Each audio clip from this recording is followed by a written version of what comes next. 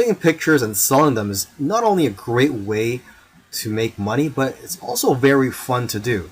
In this video series, I'm going to be talking about stock photography online.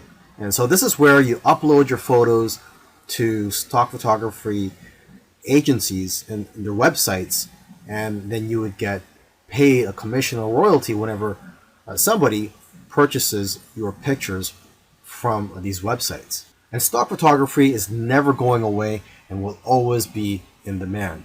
Although I must warn you, it is harder to make money selling photos nowadays than it is before, say a few years ago, because of the competition. However, there are people who are making six figures per year with stock photography. And this video series was created to help you rise above your competition. Lastly, I just want to say that stock photography is a great learning experience, and you're going to become a much greater photographer because of it. It's also satisfying when you see companies using your work and knowing that your work has value. And like I said earlier, it's fun. Now here are some quick photo tips for you. Only high quality photos are going to be accepted into stock photo sites. So if you want to have high quality photos, you need a high quality gear. So I highly recommend that you use a DSLR camera, and a plain 50mm lens is just fine. Now you're going to want to try to take pictures that are difficult for regular people to take with their smartphones. And if you are going to be using DSLR cameras, try modifying your shutter speed and try to play around with it. For example, you could try taking long exposure photos.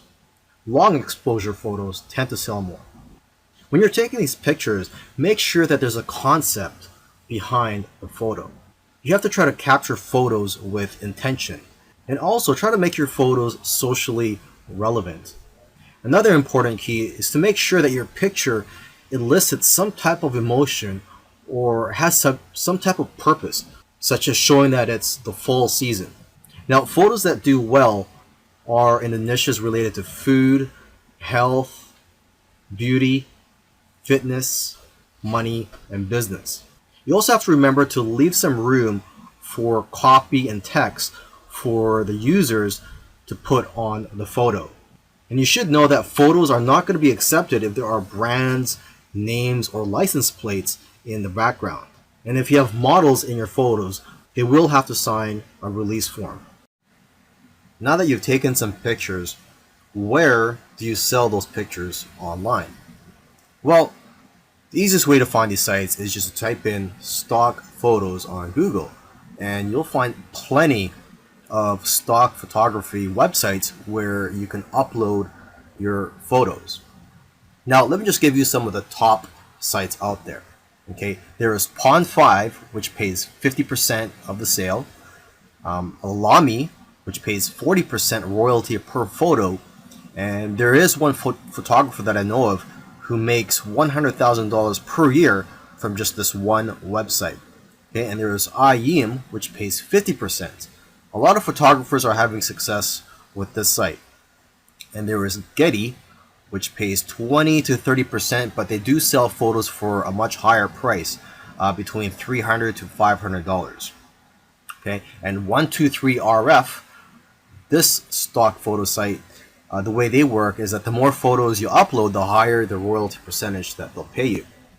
And there's iStock, which pays 15 to 45% depending on the photo, but they'll pay you a higher rate if your photos are exclusive to their site. And there's Dreamstime, which has a very thorough approval process, but if you do get approved, they'll pay you 25 to 50% royalty and up to 60% if your photos are exclusive with their site. Plus, they'll even pay you an extra 20 cents per photo. And then one of the biggest stock photography websites out there is Shutterstock. They'll give you the most exposure because of their reach, huge customer base, and ability to advertise your photos. And there's Adobe, which will give you almost as much sales but higher sales amounts. And Adobe stock is integrated into the Adobe software. There's iStock Getty Images, which can also get you a lot of sales.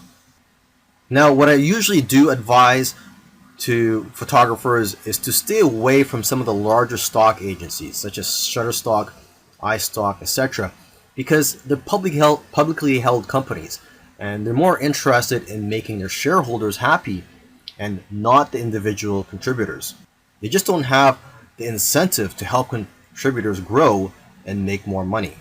However, if you are a beginner, you may want to try out these larger stock agencies just to test out the waters and to gain experience at first. And then you could try out the smaller agencies such as Dreamstime, StockFresh, etc. The advantage of working with these smaller agencies is that there's less competition for you as a contributor. But then again, everybody is different, so you have to figure out what works for you. And interestingly, I know of somebody who makes more money uploading to free stock photo sites like Pixabay than other stock photo sites, because people have the option to donate to you when they download your photos for free.